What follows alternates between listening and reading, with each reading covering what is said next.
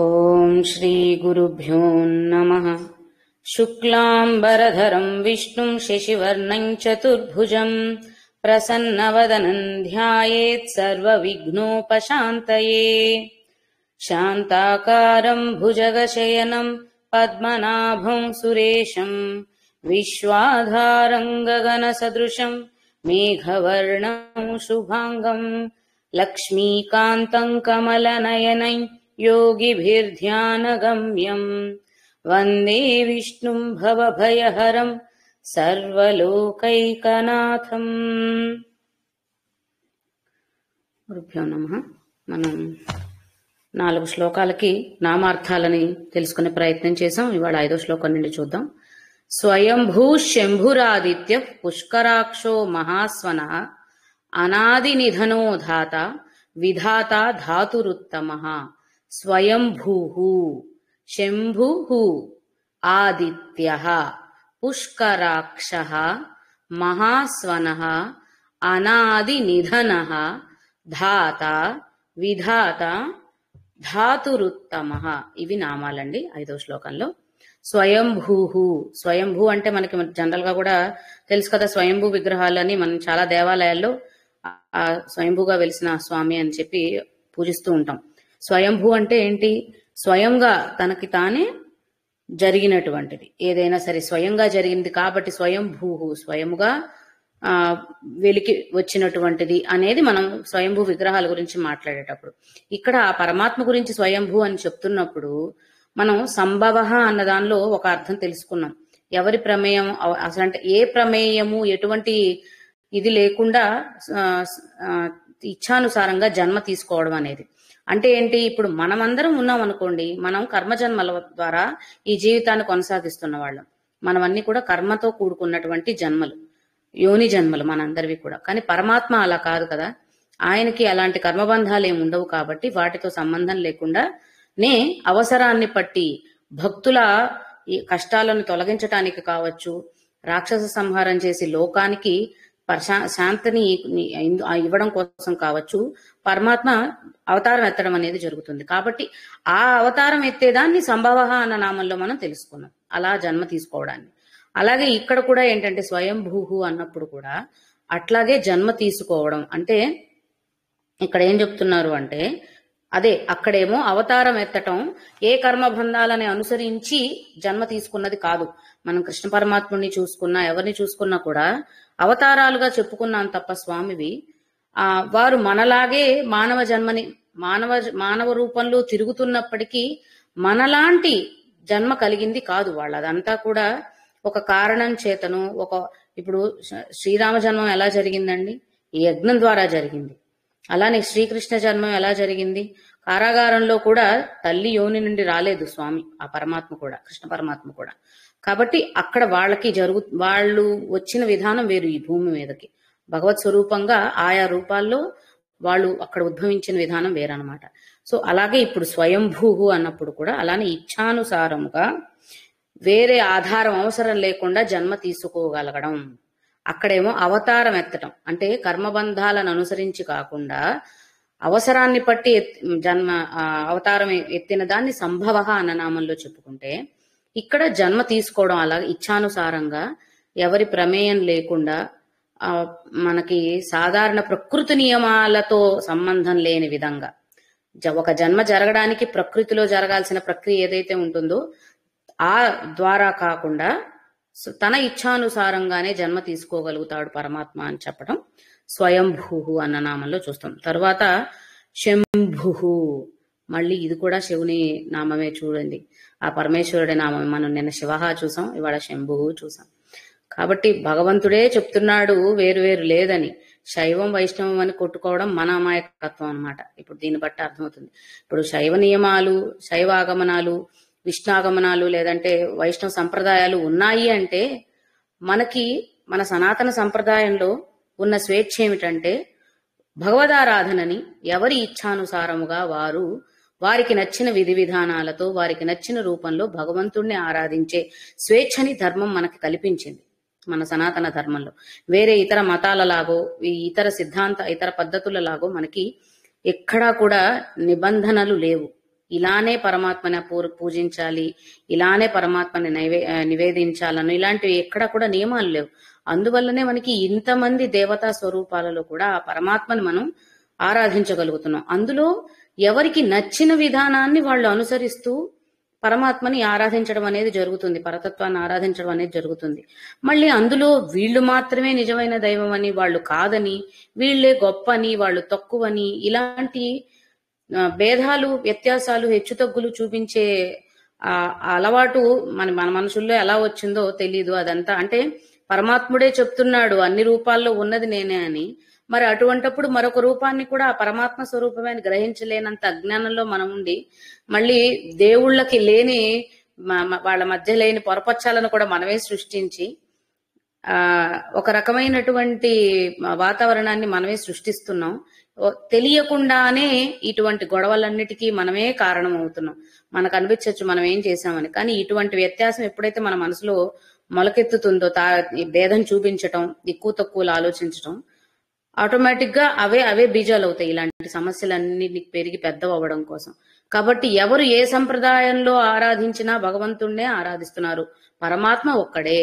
ఆ పరమాత్మని ఎవరు ఏ విధంగా ఆరాధిస్తారు, పూజిస్తారు, ఎవరు ఉపాసన చేస్తారు అనేది వారి వారి స్వ విషయం, లేదా వారికి నచ్చిన విషయం, వారికి నచ్చిన విధం. అంత స్వేచ్ఛ మనకిస్తే ఆ స్వేచ్ఛని మనం మిస్యూజ్ చేసుకొని ఇలాంటి అనవసరమైన పొరపచ్చాలు సృష్టించుకొని మనలో మనకి భేదాలు సృష్టించుకుంటున్నాం, దేవుళ్ళని వేరు చేసి పెట్టేస్తున్నాం, అనవసరమైన రాజకీయాలన్నీ చేస్తున్నాం అన్నమాట. కాబట్టి శంభు, శివ అన్నప్పుడు మంగళ స్వరూపము అని ఎలా అయితే చెప్పుకున్నామో, ఇక్కడ శంభు అని అన్నప్పుడు శుభములను ప్రసాదించేవాడు లేదా సుఖశాంతులను ప్రసాదించేవాడు అని శంభు అన్న నామంలో అర్థం చేసుకోవచ్చు అన్నమాట. మంగళ స్వరూపమైన ఆ పరమాత్ముడు అందరికీ కూడా మంగళాన్నే ప్రసాదిస్తాడు అని అర్థం చేసుకోవాలి. కాబట్టి శంభు అంటే అది మనకు అర్థమవుతుంది. తర్వాత ఆదిత్య, నిన్న మనం అనుకున్నాం ప్రత్యక్ష నారాయణుడు, సూర్య భగవానుడిని మనం కొలిచేది అని. ఎందుకు అంటే తన సూర్య కిరణాల ద్వారానే ఈ ప్రపంచంలో లేదా ఈ సృష్టిలో ఆ జీవకోటికి అవసరమైనటువంటి ప్రతిదాన్ని అందిస్తుంది ఆ సూర్యరశ్మి ద్వారానే, సూర్యకిరణాల ద్వారానే. ఎందుకంటే మనకి కావలసిన ఆహారం పంట పొలాల ద్వారా మనకు అందుతుంది అనుకుంటే ఆ పంట పొలాలకి సూర్యరశ్మే ఆధారం. అలాగే వృక్షాలు ఉన్నాయి, వాటికి జీవం ఉంది కదా, అవి కూడా మనలాగే పుట్టినవి, చెట్లు ఇవన్నీ కూడా. సో వాటికి అవి ఆహారాన్ని తయారు చేసుకోవాలంటే కూడా సూర్యరశ్మి ఆధారం.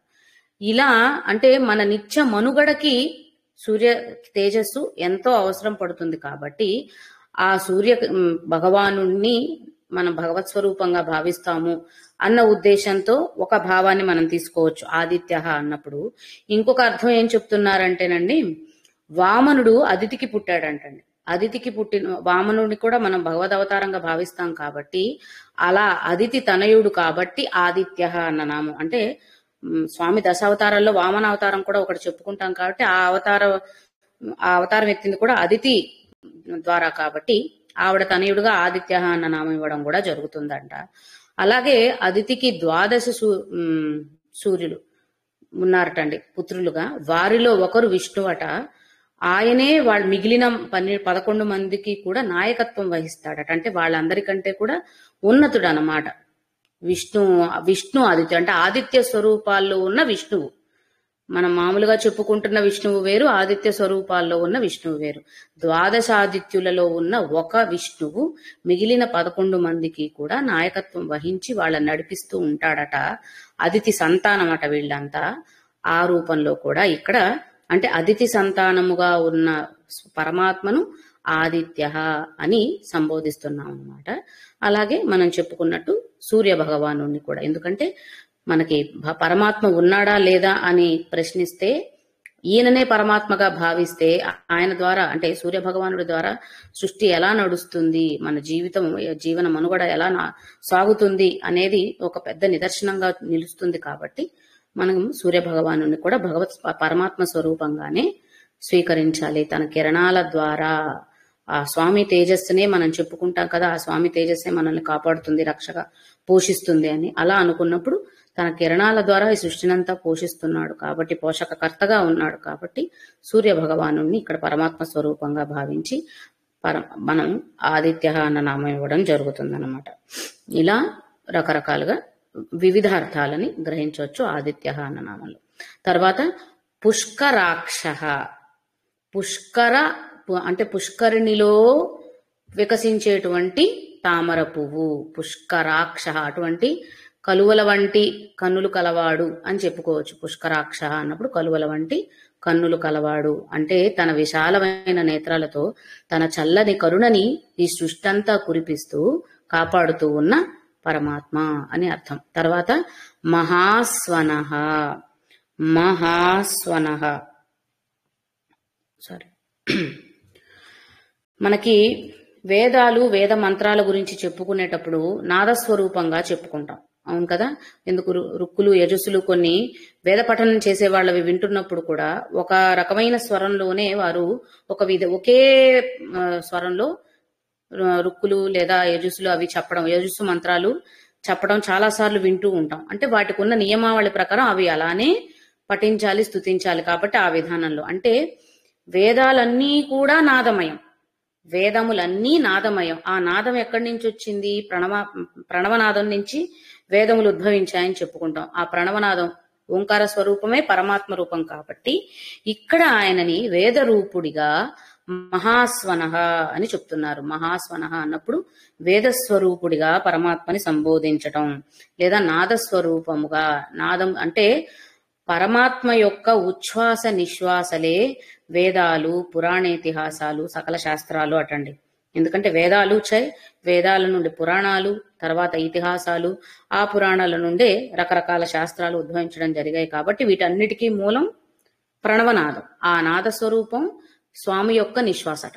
కాబట్టి ఆ పరమాత్మని ఉచ్ఛ్వాస నిశ్వాసలే ఇంత వేద వాంగ్మయాలుగా లేకపోతే విలువైనటువంటి గొప్ప పురాణాలు శాస్త్రాలుగా వచ్చాయి. కాబట్టి ఆ స్వరూపం అంటే అందులో ఉన్న నిధి ఏమిటి? వేదాల్లో చెప్పబడింది ఏమిటి? ఆ పరమాత్మ తత్వం. లేదా వాటిని ఇంకా మార్పు చేస్తూ మనకు ఎక్కువ సులువుగా అర్థమయ్యేలా ఉండడం కోసమే ఎన్నో పురాణాలు శాస్త్రాలు తిరిగి వాటి నుండి రచించబడ్డాయి. అంటే వీటన్నిట్లో ఉన్న సారం ఒకటే, పరమాత్మ తత్వం. దాన్నే రకరకాల విధాలతో మనకి అర్థం, మనకు బోధపడేలా ప్రయత్నించి మనకు బోధపడే విధంగా ఇవన్నీ రచించబడ్డాయి. కానీ వీటన్నిటికీ మూలమైనది ఒకటే కాబట్టి ఆ నాద స్వరూపముగా పరమాత్మని చెప్పడం కోసం ఇక్కడ మహాస్వనః అన్న నామాన్ని సూచించారన్నమాట. కాబట్టి దివ్యమైన నాద స్వరూపం అనే అర్థాన్ని మహాస్వనకి తీసుకోవచ్చు. తర్వాత అనాది నిధనః. అనాది, ఆది అనేది లేనివాడు. ఎప్పుడు అంటే పుట్టుకెప్పుడు అనేది తెలియనే తెలియదు. ఎప్పుడు పుట్టాడంటే మనం ఎలా చెప్పగలం? మన పుట్టుకే కారణం ఆయన పుట్టుక గురించి మనం ఎలా చెప్తాం? మనకేం తెలుస్తుంది? దానికి కావలసినటువంటి ఆధారాలు కూడా ఏం కనిపించవే. అంటే జనన మరణాలు అనేవి లేనివాడు కాబట్టి, వాటికి అతీతుడైన వాడు కాబట్టి అనాది అన్న నామం. నిధనః అన్నప్పుడు అదే వస్తుందండి, నశించటం అనేది లేనివాడు అని. ధనం, మనం అనుకునే ధన సంపదలు ఏవైతే ఉన్నాయో అవి ఒకసారి నశించిపోవచ్చు, అంటే వాటికి కూడా నశించే లక్షణం ఉంది. కానీ ఆయన నిధనుడట, అంటే ఎప్పటికీ కూడా నశించడం అనేది లేనివాడు. అనాది నిధనః, ఆద్యంతములు లేనివాడు, నాశనం అనేది నశించిపోవడం అన్న లక్షణమే లేనివాడు ఆ పరమాత్మ అని చెప్పడం అనాది నిధనః. తర్వాత ధాత. మనకి మామూలుగా ధ అన్న శబ్దం దేన్ని సూచిస్తుంది అంటే జన్మనివ్వడం, ఆధారంగా నిలబడడం, లేదంటే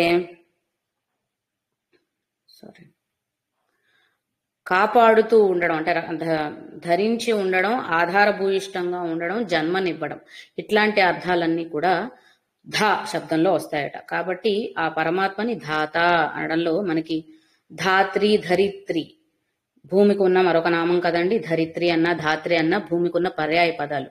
భూమి అన్న శబ్దానికి మరి భూమాత చేస్తున్నది కూడా ఏంటి? మనందరినీ ధరిస్తుంది, మనందరినీ భరిస్తుంది ఆ తల్లి. కాబట్టి ఆవిడని ధాత్రి అని ఎలా సంబోధిస్తున్నామో, మరి ఆవిడని సైతం ధరించి ఉన్నవాడు, భూమికి పోషణకర్తగా ఉన్నవాడు అని కిందటి శ్లోకాల్లో ఉన్న నామాలు గ్రహించాం. కాబట్టి ఇక్కడ పరమాత్మని ధాత అని సంబోధిస్తున్నాం అన్నమాట. అంటే ధాత పుంలింగం, ధాత్రి స్త్రీలింగం అని అనుకోవచ్చు అనమాట. రెండిటికి అర్థం ఒకటే విధంగా వస్తుంది.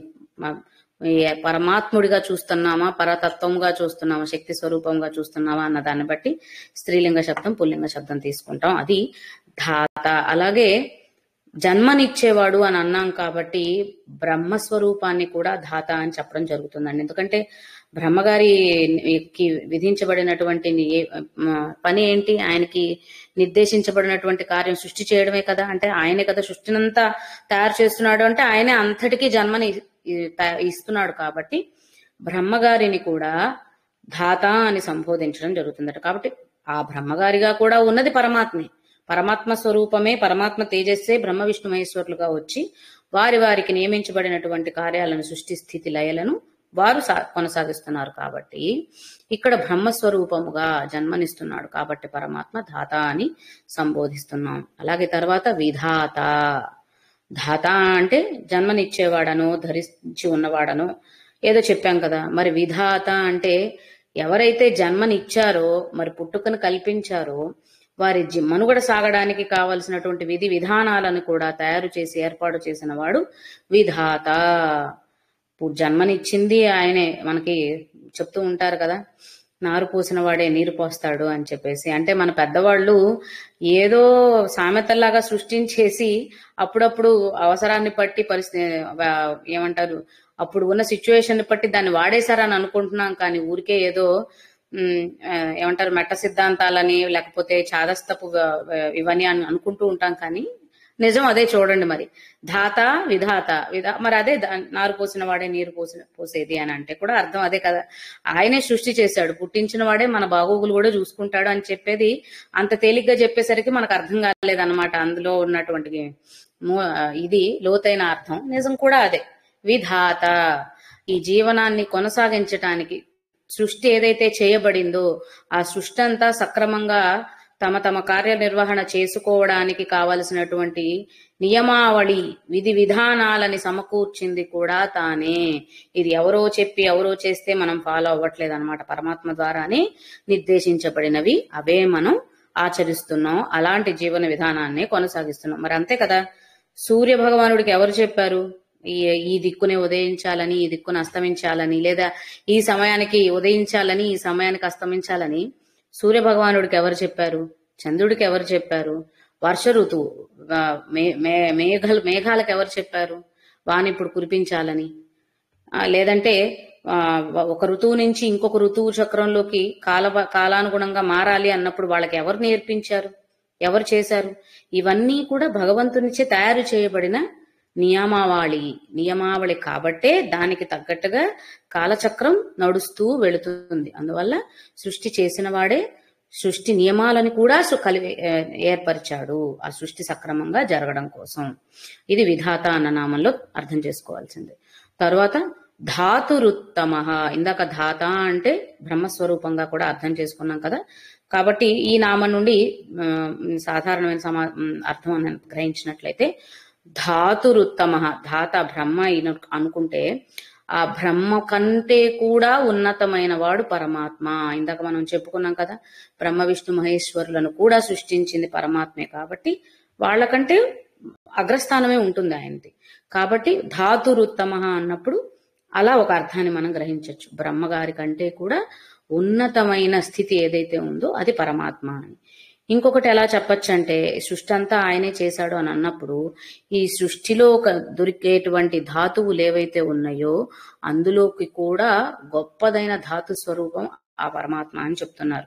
మనకి భగవద్గీతలో విభూతి యోగం తీసుకున్నట్లయితే పర్వతాలలో కావచ్చు, వృక్ష సంపదలో కావచ్చు, పశు సంపదలో కావచ్చు, గొప్పదైనది, ఉన్నతమైనది, ఉత్కృష్టమైనది ఏదైతే ఉందో ఆ సర్పజాతిలో కావచ్చు, అదంతా నా స్వరూపమే అని, నేనే అని పరమాత్మే ప్రకటీకృతం చేసుకున్నటువంటి ఆ భావం అంతా లేదా వివరణ అంతా మనకి భగవద్గీతలో తెలుస్తుంది విభూతి యోగంలో. కాబట్టి దాని ప్రకారం చూసుకుంటే ధాతువులన్నిట్లో కూడా ఉన్నతమైనది, ఉత్కృష్టమైనది ఏదైతే ఉందో ఈ సృష్టిలో దొరికేటువంటి ధాతువుల్లో అది ఆ పరమాత్మే అని చెప్పడం అన్నమాట.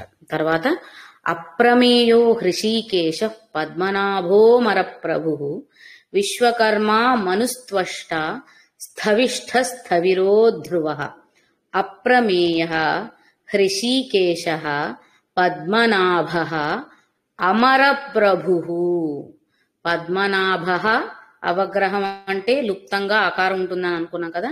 అమరప్రభుః విశ్వకర్మ మనుః త్వష్ట స్థవిష్ఠః స్థవిరో ధ్రువః. ఇందాక మనం చెప్పుకున్నాం కదండి, అదితికి ద్వాదశ ఆదిత్యులు సంతానంగా ఉన్నారని. వారిలో ఒకరు విష్ణువు అని అనుకుంటే ఇంకొకరు త్వష్ట, మనుస్త్వష్ట ఉంది కదా, మనుహు త్వష్ట. ఈ త్వష్ట అనేది కూడా అదితి సంతానంలో ఒక నామం, ఒక ఆదిత్యుని పేరన్నమాట. అలా కూడా ఇక్కడ చెప్పారని అర్థం తీసుకోవచ్చు. స్థవిష్ఠః స్థవిరః ధ్రువః ఇవి ఇక్కడ వస్తున్న నామాలు. కాబట్టి అప్రమేయః, అప్రమేయః అంటే ప్రమాణము లేనటువంటిది, పరిమాణము కొలమానము లేనటువంటిది. నేను అనుకున్నాం కదా, భగవంతుడు ఎలా ఉంటాడు ఏంటి అని చెప్పదలిస్తే ఇది అని నిర్దేశించి చెప్పగలిగిన అటువంటి సామర్థ్యం మనకి లేదు. ఎందుకంటే ఆయన ఈ రూపంలో ఉన్నాడు, ఈ రంగులో ఉన్నాడు, ఇంతెత్తులో ఉన్నాడు, లేకపోతే ఆయన ఆహారం ఇలా ఉంది, ఈయన చేతులు ఉన్నాయి, కళ్ళు ఇలా ఉన్నాయని వర్ణనలో ఏదో చెప్పుకోగలం కానీ నిజంగా భగవరాత్ముడిని చూపించదలిస్తే మన పని మనకి అవుతుందా అండి? అది మన తాహతుకు మించింది కదా, మనం చేయగలుగుతామా? పరమాత్ముడిని చూపించాలి అంటే ఒకరికి ఎవరికైనా సరే ఇలానే ఉంటాడు అని నిర్దేశించి చెప్పగలుగుతామా? అవకాశమే లేదు, అటువంటి ప్రశ్నే లేదు. కాబట్టి ఆయన అప్రమేయ, ఎటువంటి పరిమాణములోనూ మనం ఉపమానములతోనూ ఉదాహరణలతోనూ కొలమానముతోనూ చెప్పలేనటువంటి వాడు అని అర్థం అప్రమేయ. తర్వాత హృషీకేశ, ఇక్కడ దీన్ని కూడా రెండు రకాలుగా చెప్పుకుంటున్నారు అర్థాన్ని. హృషీక ఈశ అనేది ఒక అర్థం. హృషీకేశ మనం నిన్న కూడా తెలుసుకున్నాం. కేశవ అన్న నామంలో స్వామి తేజస్సే, స్వామి కిరణాలే కేశాలు అని అన్నట్టుగా చెప్పుకున్నాం కదా అర్థం. అలా తీసుకున్నప్పుడు హృషీకేశ అంటే సూర్యచంద్రుల యొక్క తేజస్సే తన కేశ భాగంగా అన్న అర్థంతో వస్తుందట. అలా అంటే సూర్యచంద్రుల తేజస్సుతో ఈ సృష్టినంతా కాపాడుతున్నవాడు, ఈ సృష్టికంతా పోషకకర్తగా ఉన్నవాడు. ఎందుకంటే మనం ఇందాక అనుకున్నట్టు ఆహార ఉత్పత్తికి ఇక్కడ ఉన్న జీవకోటి అంతా, సృష్టిలో ఉన్న జీవరాశి అంతా మనుగడ సాగించడానికి అత్యవసరమైనటువంటి ఆహార ఉత్పత్తి కావచ్చు, మిగిలిన ఖనిజ లవణాలు కావచ్చు, ధాతువులు కావచ్చు, మెటల్స్ కావచ్చు, ఏవైనా సరే సూర్యకిరణాల ద్వారానే చర్యలు జరిగి ఏర్పడుతున్నాయి, తయారవుతున్నాం. వాటినే మనం అన్ని చోట్ల వినియోగించుకుంటున్నాం. మనం అంటే అక్కడొక చోటనే కాదు, ఆహారం దగ్గర నుండి మనకి వాతావరణ పరిస్థితులు సక్రమంగా సవ్యంగా జరగడానికి కూడా సూర్య భగవానుడే ఆధారం. అదే విధంగా చంద్రకాంతితోనే ఔషధ మొక్కలు ఏవైతే ఉన్నాయో అవి వృద్ధి చెందుతాయటండి. చంద్రకాంతి ఔషధ గుణాలు ఉన్న మొక్కలు ఏవైతే ఉన్నాయో సాయంత్రాలు చంద్రకాంతి ఆ మొక్కల్లోకి ప్రవేశించినప్పుడే ఆ ఔషధ తత్వాలన్నీ అందులో మెరుగ్గా మెండుగా తయారవుతాయి. అటువంటి మొక్కలని మనం ఆరోగ్య సమస్యలు వచ్చినప్పుడు వాడుకుంటున్నాం ఔషధాలుగా. అంటే ఆ విధంగా అంటే మనకున్న అనారోగ్య సమస్యల్ని తొలగించడానికి చంద్రుడు సహకరిస్తున్నాడనే కదా అర్థం.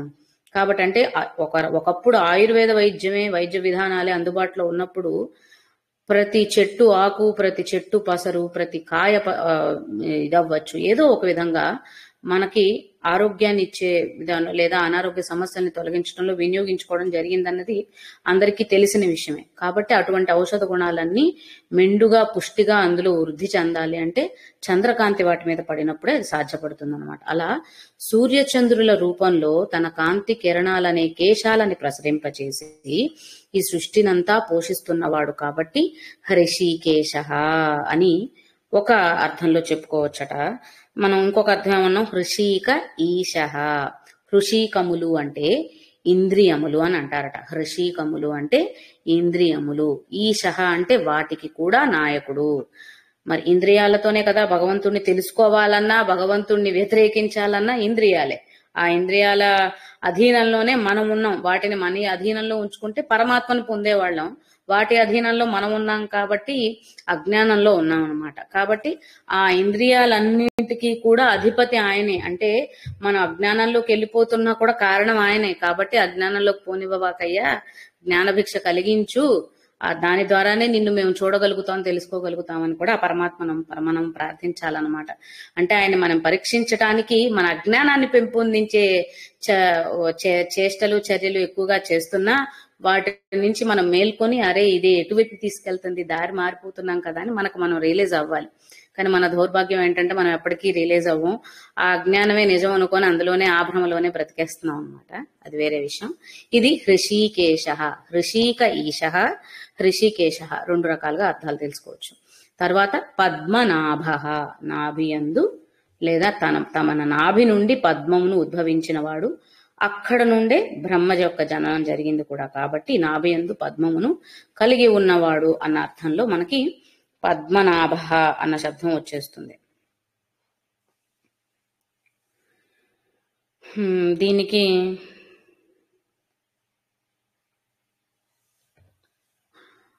అంటే ఇప్పుడు మనకి మామూలుగా కూడా ఒక బిడ్డ జన్మనెత్తటానికి అవసరమైనదంతా కూడా తల్లి నాభి నుండి బిడ్డకి కనెక్షన్ ఉండి, తద్వారానే బిడ్డ పోషణకు అవసరమైనదంతా తనకి చేరి ఆ బిడ్డ ఎదిగే క్రమం అనేది ఎలా జరుగుతుందో సృష్టిలో మనకి ఇది తెలిసిన విషయం. కాబట్టి అదే విధంగా సృష్టిలో అంటే ఈ మానవ జీవితమే కాదు, జంతురాశి అయినా ఏదైనా సరే ఒక కొత్త జీవం పుట్టాలి అంటే జరిగే చర్య ఇదే. తల్లి నాభి నుండి బిడ్డకి, గర్భంలో ఉన్న శిశువుకి కావలసినటువంటి శక్తి పోషణ అంతా అంది సరైన ఎదుగుదల కలిగిన తర్వాత బిడ్డ బయటకు రావడం అనేది జరుగుతుంది. ఇది మనకు తెలిసిన సైన్స్. కాబట్టి పరమాత్మ సైన్స్ ఏంటి? ఆయన నాభి నుండి బ్రహ్మ పుట్టాడు అంటే ఇప్పుడు పద్మనాభ అన్నాం. నాభి నుండి పద్మం ఉద్భవించింది. ఆ పద్మం నుండి అక్కడే బ్రహ్మస్థానం కూడా చెప్పుకుంటున్నాం. మరి బ్రహ్మే కదా సృష్టికర్త. అంటే పరమాత్ముని నాభి నుండే ఈ సృష్టి అంతా వచ్చింది అని అక్కడ అర్థం చేసుకోవాలన్నమాట. అంటే మనకి పరమాత్మ తత్వాన్ని అర్థం చేయడం కోసమే మన నిత్య జీవన విధానంలో జరిగే చర్యలన్నీ కూడా ఉన్నాయండి. సృష్టిలో జరుగుతున్న ప్రతి విషయం కూడా పరమాత్మ తత్వాన్నే సూచిస్తుంది.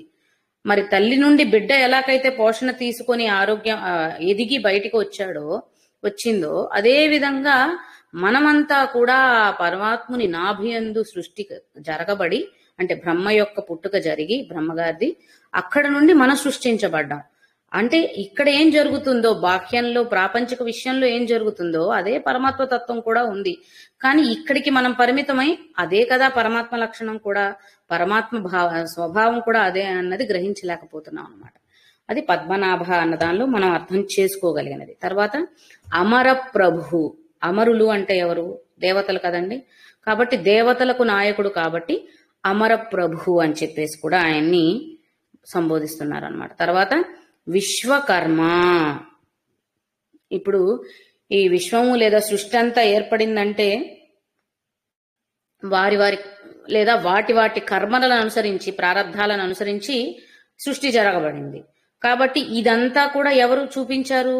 ఇదంతా నీ కర్మఫలం, ఇది నీ పూర్వజన్మల నుండి వచ్చిన కర్మఫలాలు ఇలా ఉన్నాయి, కాబట్టి ఈ జన్మ నువ్వు ఎత్తుతున్నావని తెలియపరిచి ఇలాంటి జన్మని ఇచ్చింది. అంటే మనకి తెలియపరచకపోయినా మనకు సంబంధించిన చిట్టా ఉంది కదా ఆయన దగ్గర. ప్రతి ఒక్కరికి సంబంధించిన చిట్టా, అది మనదైనా జీవాలైనా సరే, ఏ జంతువులైనా, మృగాలైనా, లేకపోతే చేపలైనా, సర్పాలైనా, ఏ జీవమైనా సరే వాటికి సంబంధించిన ప్రతి చిట్టా పరమాత్మ దగ్గర ఉంది. దానికి తగ్గట్టే మనకి జన్మని కలిగించాడు కాబట్టి ఆయన విశ్వకర్మ అని పిలువబడుతున్నాడు. అలాగే మనకి మామూలుగా విశ్వకర్మ అని ఎవరిని అంటారండి? ఒకప్పుడు ఆర్కిటెక్ట్ అని కదా అంటారు. దేవతల యొక్క ఆర్కిటెక్ట్ ఆయన, మంచిగా డిజైన్ చేసి టెంపుల్స్ కానీ ఇవన్నిటిని కన్స్ట్రక్ట్ చేసింది ఆయనే అని చెప్తారు కదా. కాబట్టి ఈయన ఈ సృష్టికి సృజన చేసిన వాడు అనమాట. ఈ సృష్టి రచన చేసిన వాడు.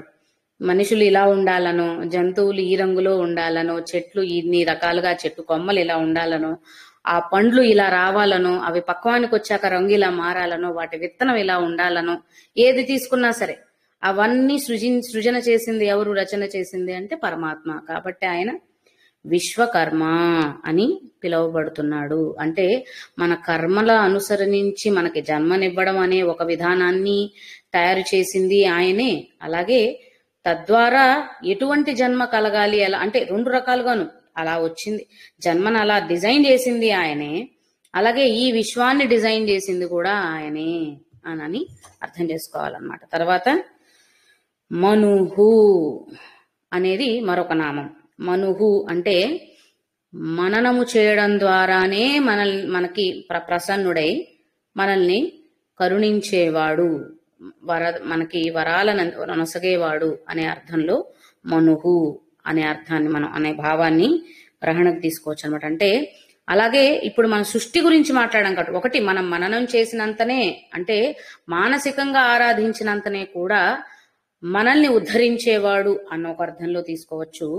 ఇంకొకటి ఏంటంటే ఇప్పుడు మనం విశ్వకర్మ అని అనుకున్నాం కదండి, పద్మనాభ సృష్టి చేశాడు. విశ్వకర్మ అని అన్నప్పుడు సృష్టినంతా ఎలా ఉండాలి అనేది డిజైన్ చేసి మరి దేవుడు చేసిన బొమ్మలం అని చెప్తూ ఉంటారు కదండి. దేవుడు ఒక్కొక్క బొమ్మని తయారు చేసి ప్రాణం పోసి భూమి మీద కుదిలాడని మన పెద్దవాళ్ళందరూ చెప్తూ ఉంటారు.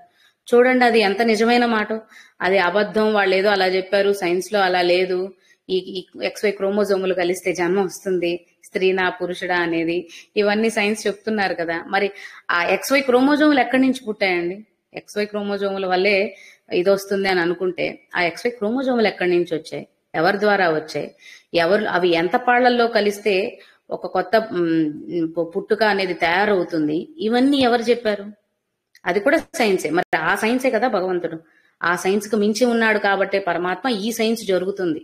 మనం ఆ సైన్స్ దగ్గరే ఆగిపోయి దేవుడు కాదు ఇదంతా అనుకుంటాం. సరే దేవుడు కాకపోతే ఏదో ఒక అతీంద్రియ శక్తి, మనకి తెలియని మనం ఊహించలేనటువంటి ఒక శక్తి అనే అనుకుందాం. దేవుడు అని పేరు పెట్టకపోతే ఆ ఊహించలేని స్మరించలేని శక్తి, అతీంద్రియ శక్తి ఏదైతే ఉందో అదే పరమాత్మ అంటున్నాం.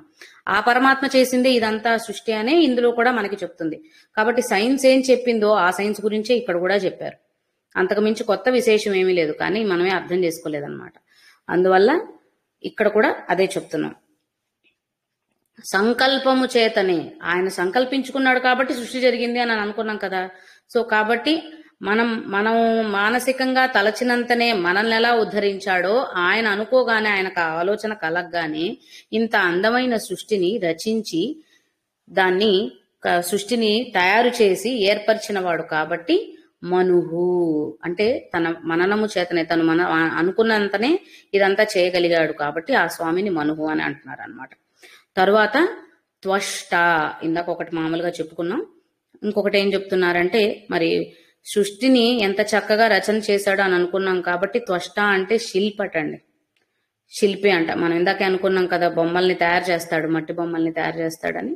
మరి ఆయనే అంత చక్కగా ప్రతి ఒక్క జీవరాశిని, ప్రతి ఒక్క వృక్ష సంపదని అన్నిటినీ అంటే ప్రతి ఒక్కదానికి ఒక విభిన్నమైనటువంటి ఆకారం అవ్వచ్చు, లేకపోతే ఒక ప్రెజెన్స్ అనేది దేనికి దానికి సంబంధించిన ప్రత్యేక వర్ణము, లక్షణము, స్వభావము అన్ని విభిన్నమైనవే. దేనితో పోలికలు సారూప్యాలు ఉండవు. ఉన్నట్టు అనిపించినా కానీ 1-2 కలవచ్చేమో, మిగిలిన అన్ని కలవు.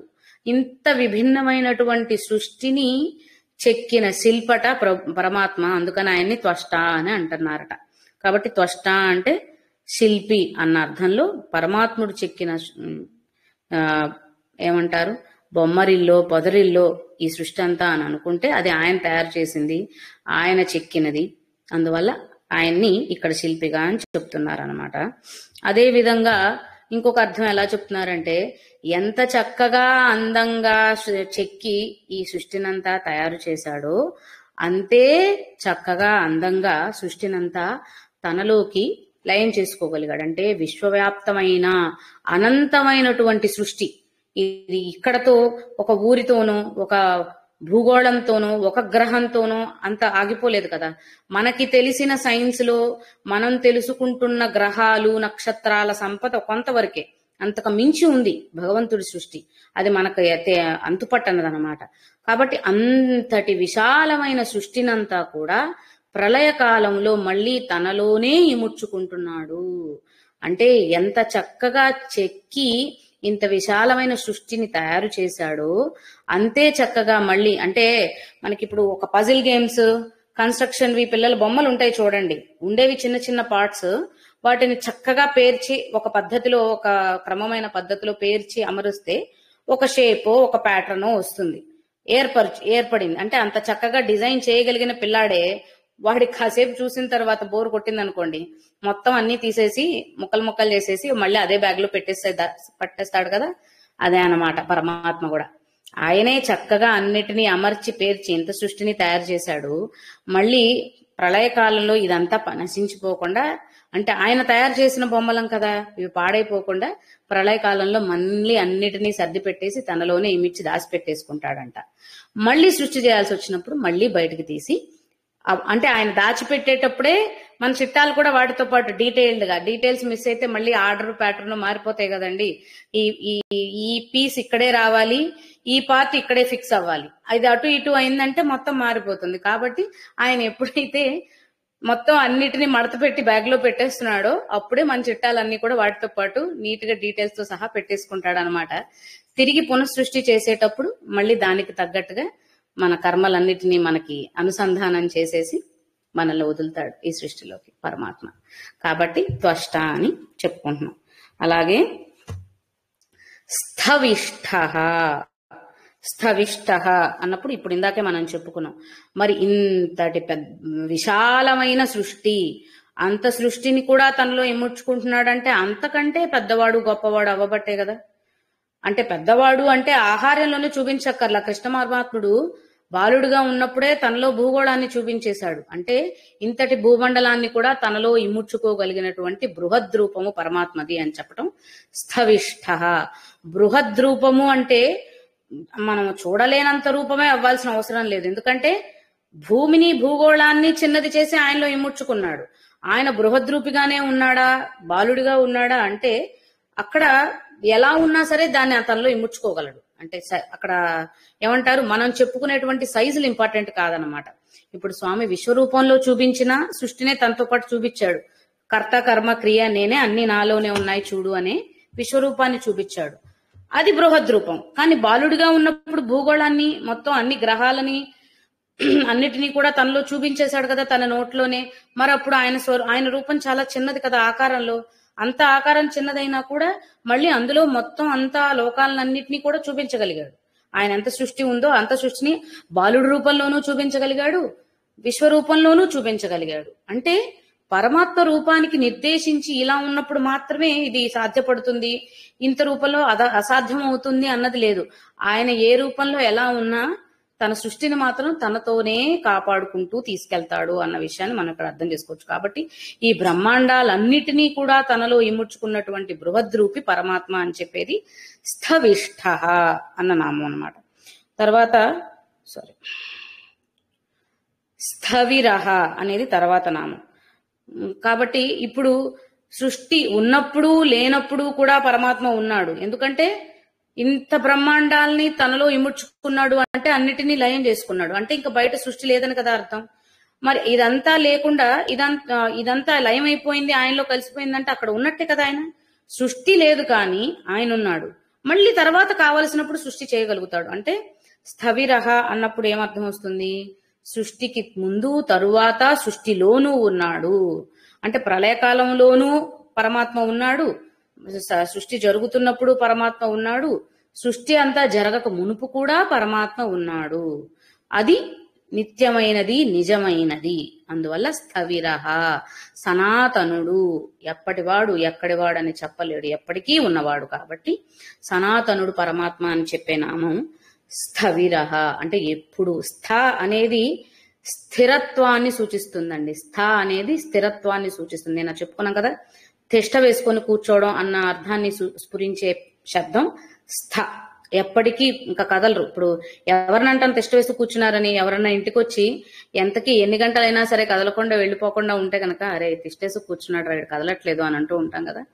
అంటే ఎక్కువ కాలం ఉండగలిగిపోయి ఒకే స్థానంలో నిశ్చలంగా ఉండే స్థితిని తిష్ట అన్న శబ్దంలో చెప్పుకుంటాం. అది స్థ అన్న శబ్దం మనకి అక్షరం సూచిస్తుంది అనమాట. ఇక్కడ స్థవిరః, స్థవిష్ఠ అన్నప్పుడు ఆయన నిశ్చలంగా ఉండి బ్రహ్మాండాలన్నిటినీ కూడా తమలో ఇముడ్చుకున్నాడు అని.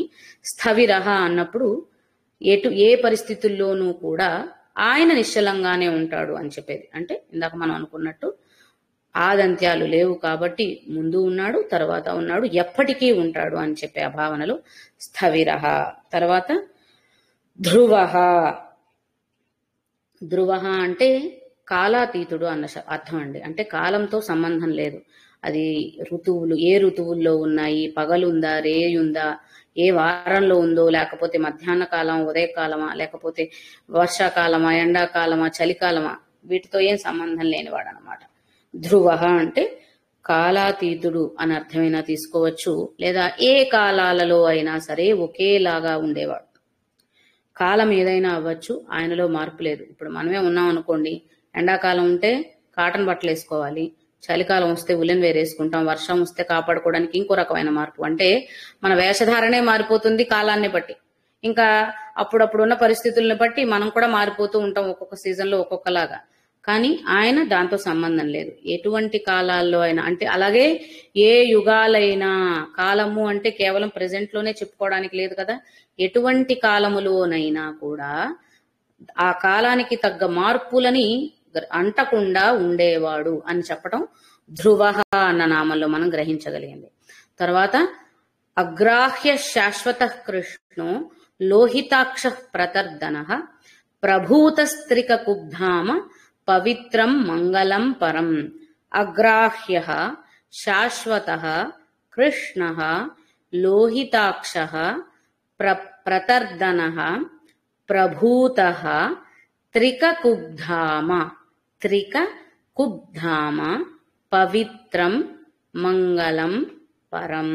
ఇవి ఇక్కడ వస్తున్నటువంటి నామాలు. అగ్రాహ్యః గ్రాహ్యము కానివాడు, గ్రహణకు అందనివాడు. అదే కదా, ఇన్ని విషయాలు మనకు అర్థమవుతూ ఉన్న విషయం అదే కదా.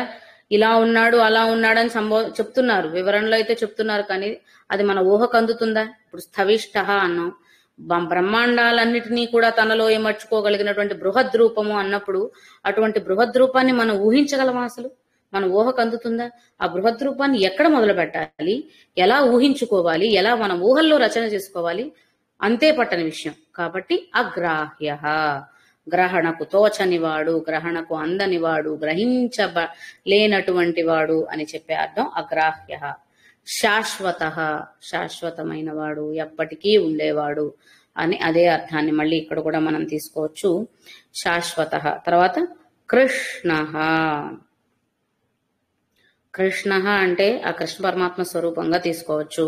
కృష్ణ వర్ణము అంటే నీలవర్ణం కాబట్టి అటువంటి వర్ణంతో ఉన్న పరమాత్మ అని అలానూ తీసుకోవచ్చు.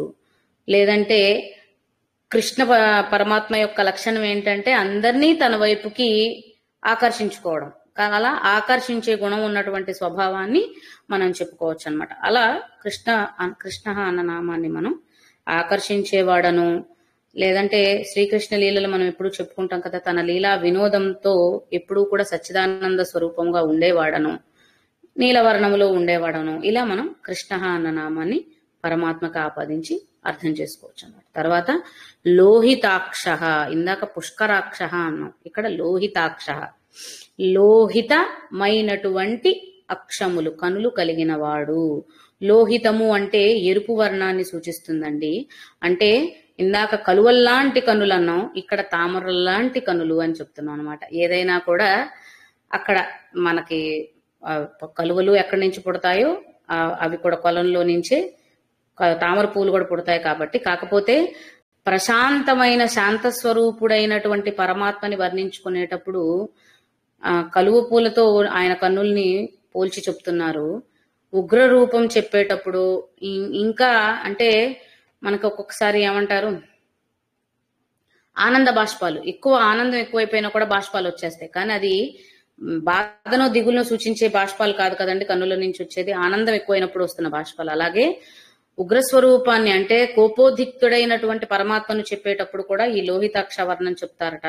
అంటే ఎర్రటి కళ్ళు, మరి నిప్పుల్లాగా ఉన్నాయి కళ్ళు అంటారు కదా, బాగా కోపంగా ఉగ్రంగా ఉన్నప్పుడు అటువంటి ఆ కనులు అని పోల్చి చెప్తారట. అట్లాగే పరమానంద భరితుడు అయిన స్వామి ఆ ఆనంద పరవశుడై ఉన్నప్పుడు కూడా ఎర్రటి కనులుతో పోల్చి చెప్తారట. కాబట్టి ఆ విధంగా లోహితాక్ష అన్న నామానికి తామర పువ్వులు వంటి ఎర్రని కనులు కలవాడు అన్న అర్థం వస్తుంది. అది అక్కడ పరిస్థితిని బట్టి ఆ భావన మారుతుంది అన్నమాట. తరువాత ప్రతర్దనః, మరి ఇప్పుడు ఎర్రటి కనులు అంటే ఉగ్ర రూపం అని చెప్పుకున్నాం కదా. సో శాంత స్వరూపంగా ఉన్నప్పుడు ముందంతా పుష్కరాక్ష అన్నప్పుడు ఏం చెప్పాం? విశ్వకర్మ అని, త్వష్ట అని, లేకపోతే ఇంకేంటి, సారీ,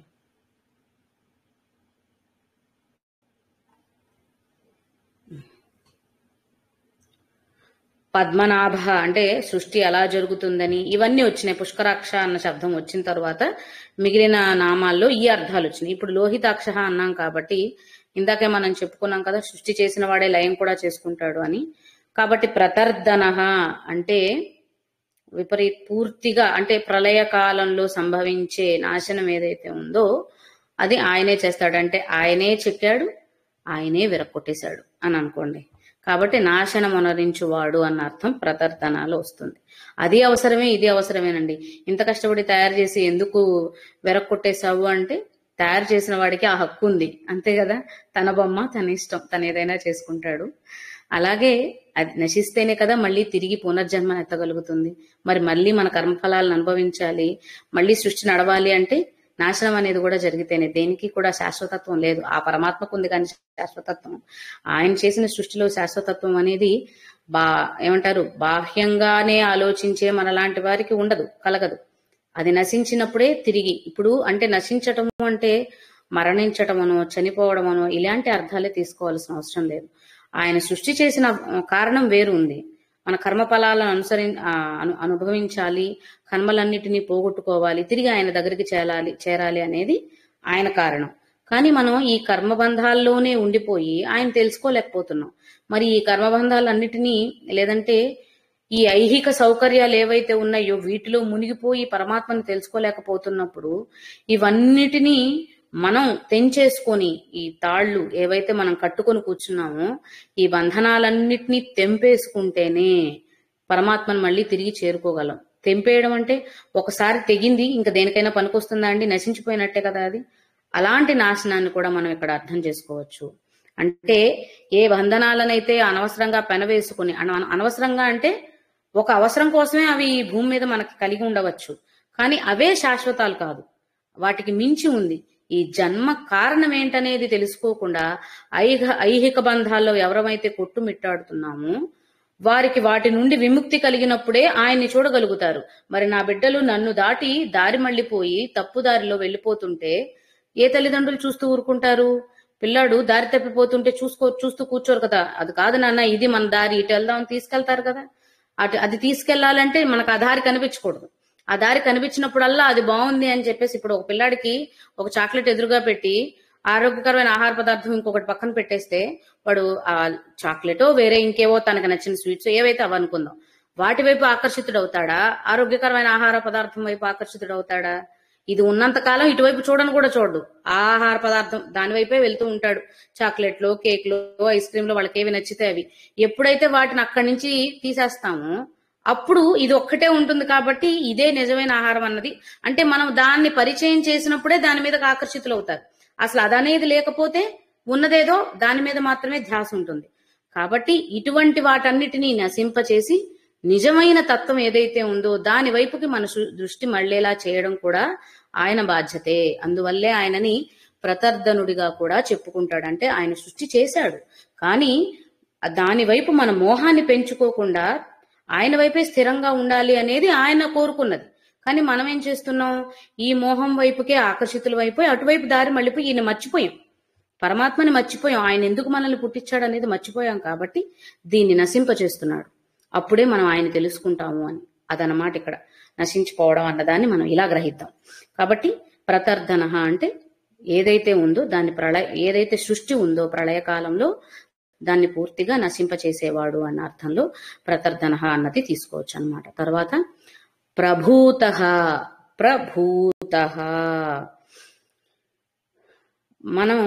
మనం ఎత్తే జన్మలలో ఏవైనా లోపాలు ఉండొచ్చు.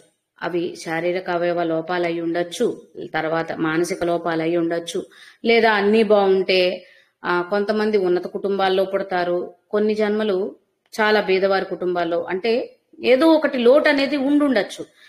సృష్టిలో ఉన్న ప్రతిదీ కూడా మెండుగా పరిపూర్ణంగా ఉండవలసిన అవసరం లేదు. ఎందుకంటే మన జన్మలన్నీ కూడా కర్మబంధాలు ఏర్పడినవి కాబట్టి. కానీ పరమాత్మ యొక్క జన్మం అలా ఉండదు కాబట్టి ఆయన జన్మనెత్తాడు అని అంటే పరిపూర్ణ తత్వంతో ఉండేటువంటి జన్మట ఆయన ఎత్తేది. అంటే ఇంకక్కడ ఏ లోటు వెలితి లేదు.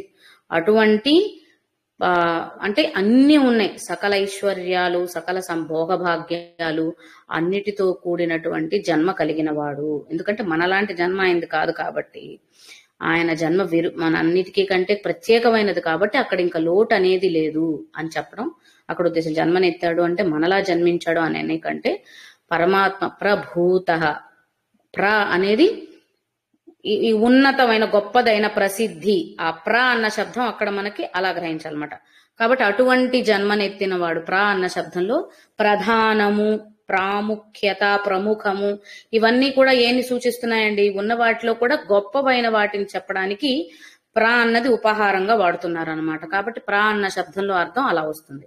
అందువల్ల ప్రభూత అన్నప్పుడు కూడా ఎటువంటి లోటు లేని పరిపూర్ణత్వమైనటువంటి జన్మనెత్తేవాడు ఆ పరమాత్మ అని చెప్పడం ప్రభూత.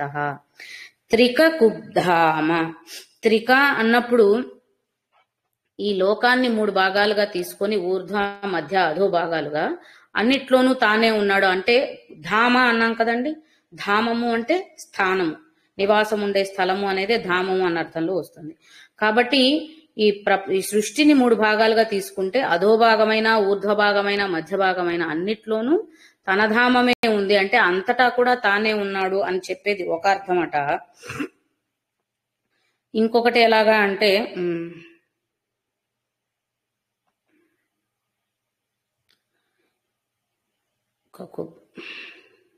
ఓకే, మార్గనిర్దేశకుడుగా తానే ఉంటాడు అంటే ఇంకొకటి ఎలా చెప్తున్నారంటే, ఇంకొంతమంది భాష్యకారులు చెప్పింది 3 చోట్ల అన్నాం కదండి. జాగ్రత్త అవస్థ, స్వప్నావస్థ, సుషుప్తావస్థ. ఈ అవస్థలన్నిట్లో కూడాను ఉన్నటువంటి, మనం ఎన్ని అవస్థలు చెప్పుకున్నాం లలితలో కూడా తెలుసుకున్నాం. జాగ్రత్త అవస్థ, స్వప్నావస్థ, సుషుప్తావస్థ, తురీయ అవస్థ. ఈ తురియం 3 కంటే మించినది, 3లోనూ కూడా ఉంటుంది అని చెప్పి అర్థం చేసుకున్నాం అప్పుడు. కాబట్టి అలా ఈ త్రికకుబ్ధామ, అన్న శబ్దం 3ని సూచిస్తుంది కాబట్టి ఈ త్రికకుబ్ధామ అన్నప్పుడు ఈ 3 ధామములలోనూ ఉన్నది, దానికంటే ఉన్నతమైన స్థితి ఏదైతే ఉందో అదే పరమాత్మ తత్వం అని ఇంకొంతమంది భాష్యకారులు చెప్పడం జరిగిందట. కాబట్టి ఐశ్వర్యము, శక్తి, తేజస్సు ఇవి ధామాలు అనుకుంటే అక్కడంతా కూడా కొలువై ఉన్నది పరమాత్మే. ఇందాక మనం అనుకున్నట్టు ఊర్ధ్వభాగం, అధోభాగం, మధ్య భాగం ఎక్కడైనా సరే సృష్టి ఉన్నది. దాన్ని ఈ ఊర్ధ్వ, అధో, మధ్య భాగాలని పర్వత శిఖరంలాగా వర్ణించి చెప్తున్నారండి. అంటే గోవు మూపురం చెప్తాం కదా, ఆ మూపుర రూపంలో కూడా వర్ణించి చెప్తున్నారు. దాన్నే త్రికకుబ్ధామ అంటే పరమాత్మ ధామము అని చెప్తున్నారనమాట. అది ఒక అర్థం. తర్వాత పవిత్రం, మంగళం, పరం ఇవన్నీ కూడా దగ్గర ఒకే అర్థాలని సూచిస్తాయి.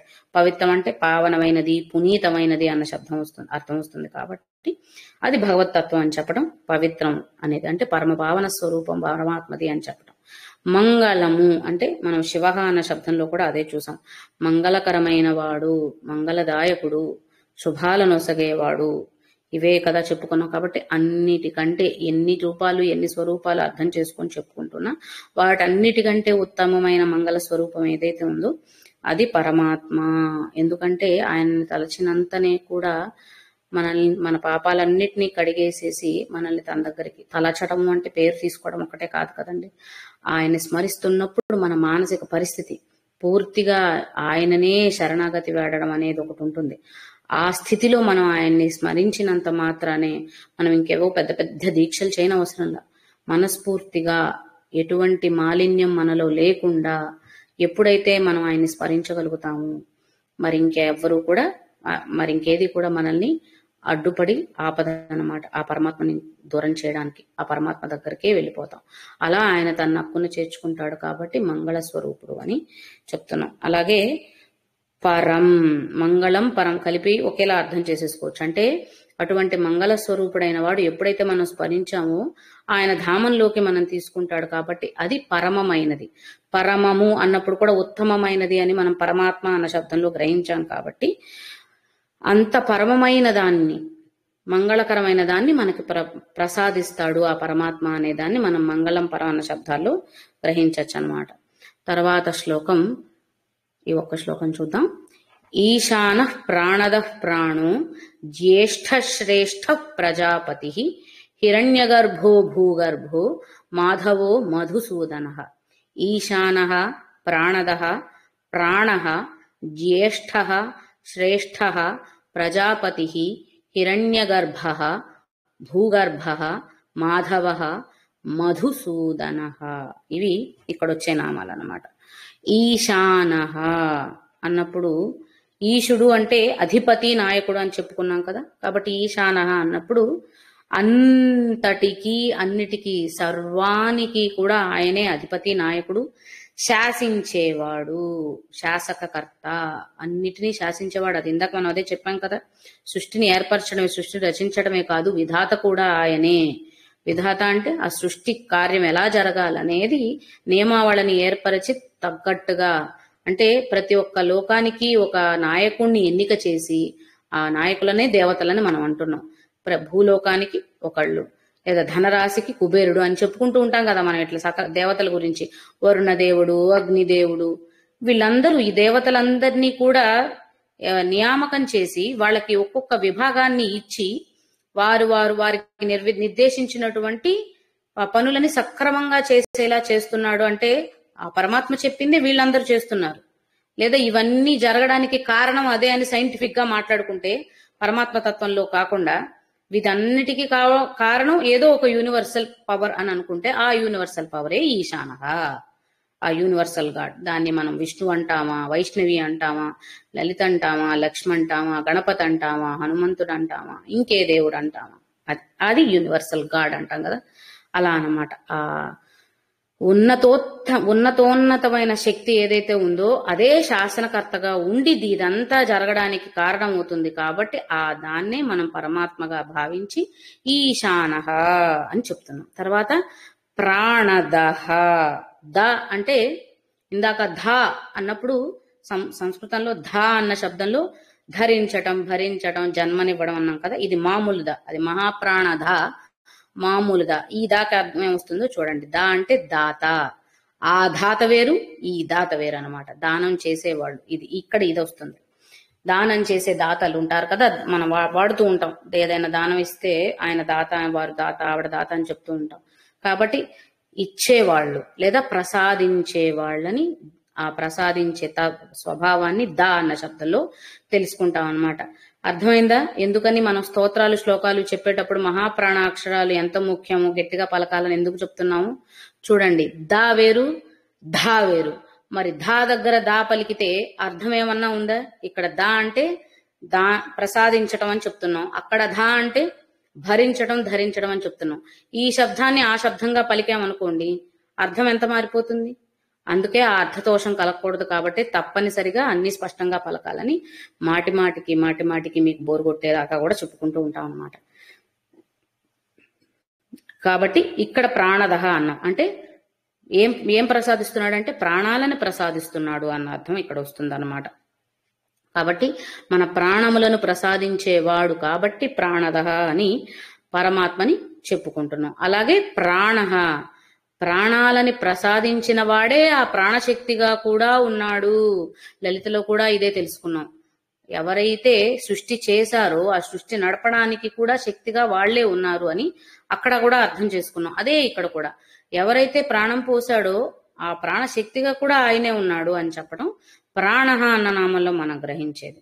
తర్వాత జ్యేష్ఠ అంటే ఎవరండి? పెద్దవాళ్ళనే జ్యేష్ఠ అంటాం కదా.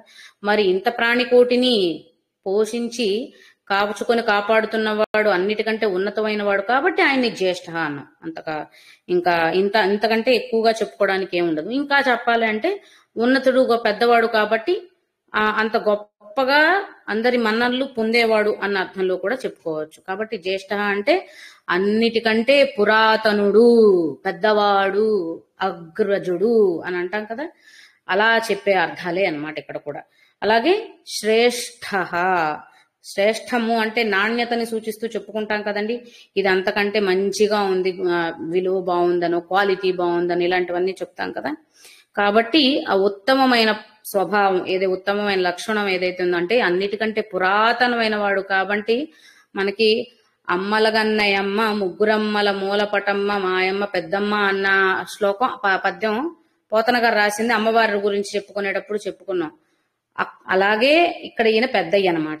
అక్కడ పెద్దమ్మ అని అనుకుంటే ఈయన పెద్దయ్య, పరమాత్మగా చెప్పుకున్నప్పుడు పెద్దయ్య అయ్యాడు, పరతత్వంగా లేదా శక్తి స్వరూపంగా చెప్పినప్పుడు పెద్దమ్మైంది, అందరికంటే పెద్దవాళ్ళు అని చెప్పడం అనమాట. జ్యేష్ఠ అన్నప్పుడు, శ్రేష్ఠ అన్నప్పుడు ఉత్తమమైన వాళ్ళు. పెద్దవాళ్ళు అవ్వగానే సరికాదు కదా, పెద్దరికాన్ని నిలబెట్టుకోవాలంటే వారి నడత నడవకగా కూడా అంత ఉన్నతంగా గౌరవప్రదంగా ఉంటేనే వాళ్ళు పెద్దవాళ్ళని చెప్పుకోబడతారు.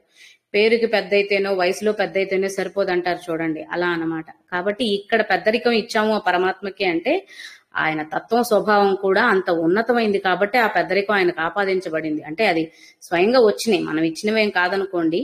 అంటే నిత్య జీవన విధానంలో ఉండే కొన్ని పోలికలు చెప్పుకుంటే సులువుగా అర్థమవుతుంది కాబట్టి అలాంటి ఉదాహరణలు తీసుకున్నాం అంతే. కాబట్టి అలాంటి ప్రాశస్యం కలిగిన వాడు, ఉత్తమమైన స్వభావం కలిగిన వాడు అన్న నామంతో అన్న అర్థంలో శ్రేష్ఠ అని చెప్పుకుంటున్నాం. ప్రజాపతి, పతిహి అంటే మళ్ళీ ఇక్కడ కూడా ఏమొస్తుందండి, అధిపతి, నాయకుడు, ప్రభువు ఇట్లాంటివే వస్తూ ఉంటాయి అన్నమాట. సో ఇక్కడ ప్రజాపతి అంటే ప్రజలందరికీ ఆయనే నాయకుడు అని ఒక అర్థం తీసుకోవచ్చు. లేదా అన్నది ఇందాక మనం చెప్పుకున్నాం కదా, ఉన్నతమైనది ఉత్తమమైనది అనేది ప్రభుత అన్న నామంలో జ అంటే కూడా జన్మనెత్తటం అని వస్తుందండి. అంటే అలాంటి ఉత్తమ జన్మలు ఎత్తిన వారు ఎవరైతే ఉన్నారో లేదా ఆ పరమాత్మ తత్వాన్నే స్మరిస్తూ దాన్నే పొందాలని ముముక్షువులు ఎవరైతే ఉన్నారో వారందరికీ అధిపతిగా ఆయనే ఉన్నాడు. అంటే మనకు ఉండడా అంటే మనకు కూడా ఉంటాడు, మనం కూడా అటువైపుగా మారాలని, అందరినీ అటువైపు మార్చాలని ఆయన చెప్పేది. కాబట్టి అటువంటి వారందరికీ ప్రభువు ఆయనే లేదా తండ్రి ఆయనే అని చెప్పేది ప్రజాపతి. హిరణ్య గర్భ, భూగర్భ.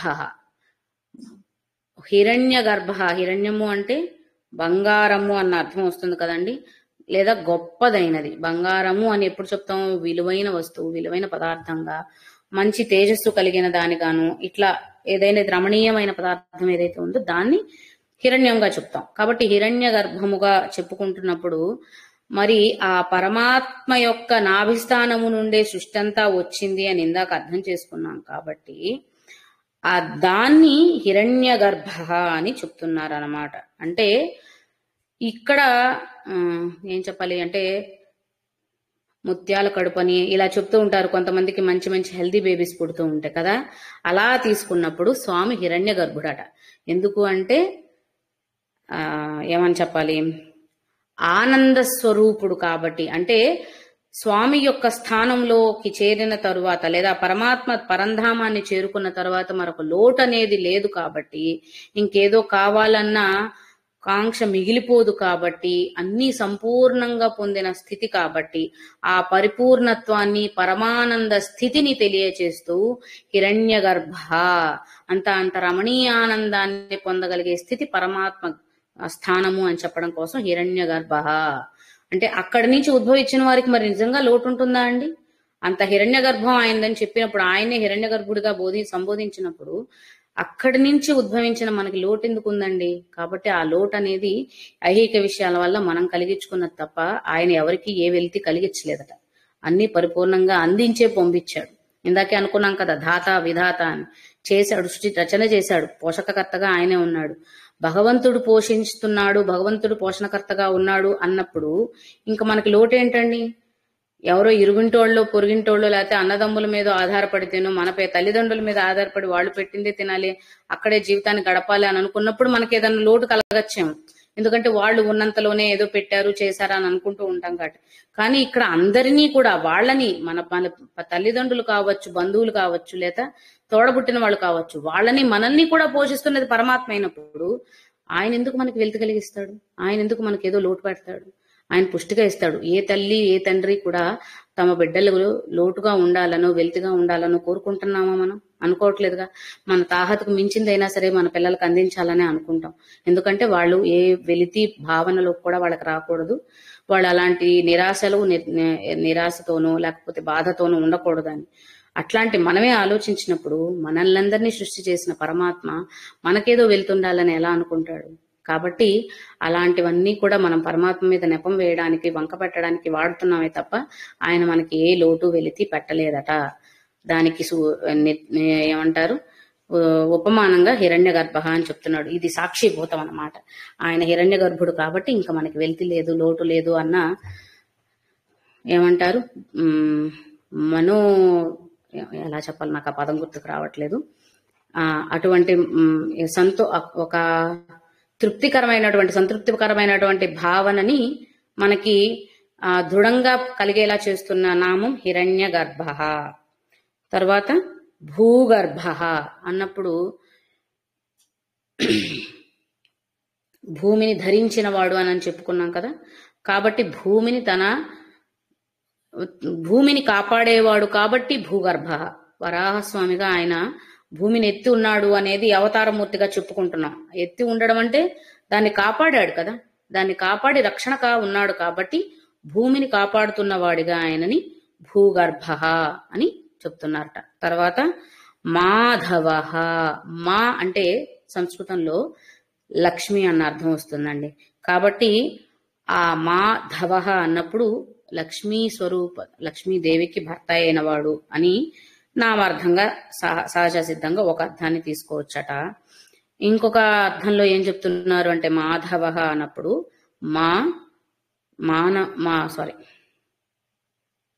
ఒక నిమిషం ఉంది.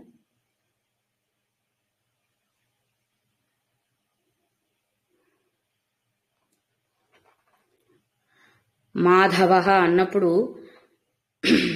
ఆయనకంటూ వేరే ప్రభు, ఆయనే సుపీరియర్ గాడ్ కదా, ఆయనకంటూ ఇంకొక ప్రభు ఉండడు, ఆయనే అందరికీ ప్రభు, కానీ ఆయనకంటూ వేరే ప్రభు ఉండడు అన్న ఒక శబ్దంలో తీసుకోవచ్చట.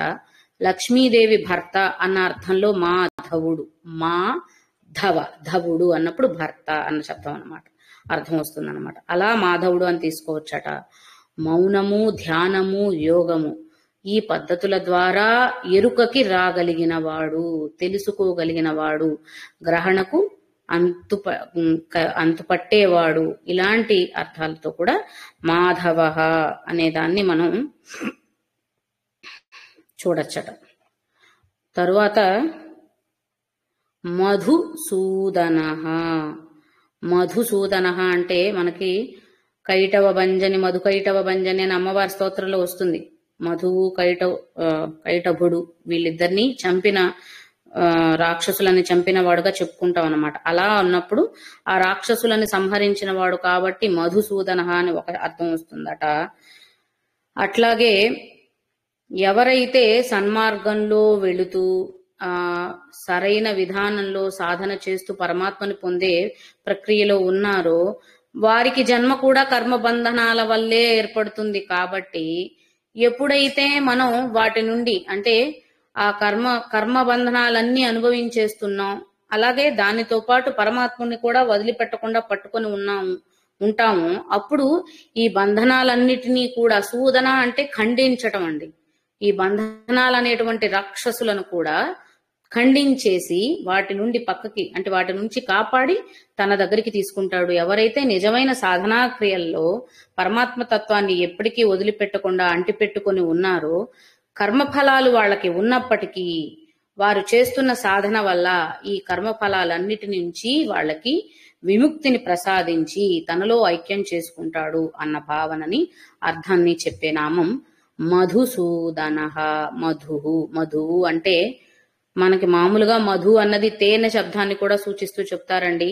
ఇక్కడ మనం ఇలా తీసుకుందాం, ఏవైతే మనకి ఆటంకాలుగా ఉన్నాయో పరమాత్మని చేరే మార్గంలో వాటిని ఖండించి వేస్తూ వాటి నుంచి మనల్ని కాపాడుతూ ఆయన దగ్గరికి అంటే ఆయన దగ్గరికి వెళ్లే దారిలో క్రమంలో వచ్చే ఆటుపోట్లు అడ్డంకులే ఈ కర్మబంధనాలు అనుకుంటే వాటన్నిటినీ తొలగించి అంటే మన వెళ్లే మార్గంలో ఉన్న రాళ్లు రప్పలన్నిటినీ కూడా పక్కకి జరిపేసి మనకి ఏ నొప్పి తగలకుండా, అంటే కొంచెం ఇప్పుడు సపోజ్ ఒక పదునైన రాయి ఉందండి, అది కాలికి గుచ్చుకుపోతే బాగా విపరీతమైన బాధ కలగచ్చు, ఇంకా పుండు పడచ్చు, పెద్ద గాయమే అవ్వచ్చు.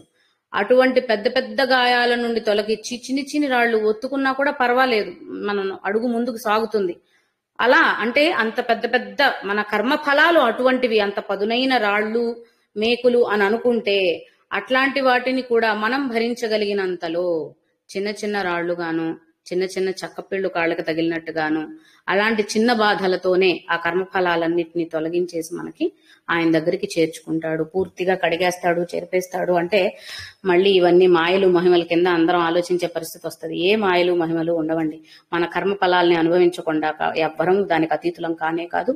వాటి ద్వారానే ముందుకు వెళ్ళగలుగుతాం. వాటిని అధిగమించి వెళ్ళాలంటే అవన్నిటిని పోగొట్టుకున్న తర్వాత. కానీ ఆ పోగొట్టుకునే క్రమంలో అవి మనల్ని ఎక్కువ బాధించకుండా సునాయాసంగా వాటి నుంచి మనకి విముక్తి మాత్రం దక్కుతుంది పరమాత్మని నమ్ముకుంటే. పరమాత్మని నమ్ముకోవడము అనంటే కేవలం పూజార్చన ఆరాధనలే కాదు, నిజమైన పరమాత్మ తత్వాన్ని గ్రహించగలగటం, అజ్ఞానాన్ని తొలగించుకోవడం. అజ్ఞానము అంటే చాలా రకాలుగా ఉంటుందండి. మనం చేస్తున్న ప్రతి పనిలో, చేస్తున్న ఆలోచనల్లో, ఆచరిస్తున్న వ్యవహారాల్లో అన్నిట్లో చాలా రకాలుగా ఉంటుంది. కాబట్టి అటువంటి అజ్ఞానాన్ని తొలగించుకుంటూ జ్ఞానజ్యోతిని వెలిగించుకోవాలన్న తపన మనలో ఉంటే, ఇటువంటి ఆటుపోట్లు, అడ్డంకులు, పెద్ద పెద్ద అవరోధాలు ఉన్నా ఆ అవరోధాలన్నింటినీ తొలగించి పూర్తిగా కాకపోయినా మన కర్మఫలాలు అనుభవించాలి కాబట్టి పెద్ద గోడ వచ్చి అడ్డం వచ్చిద్దని అనుకున్నప్పుడు చిన్న బండరాయి కాలు గుద్దుకొని నడిచి వెళ్ళిపోతాం ఆగిపోకుండా. అలాంటి సానుకూల పరిస్థితులని కలిగించి మనల్ని తన దగ్గరికి చేర్చుకుంటాడు పరమాత్మ అన్న నమ్మకాన్ని ఇక్కడ ఈ నామాల ద్వారా మనం గ్రహించాలి. ఓం శ్రీ గురుభ్యో నమః. మళ్ళీ నెక్స్ట్ క్లాస్లో చూద్దాం.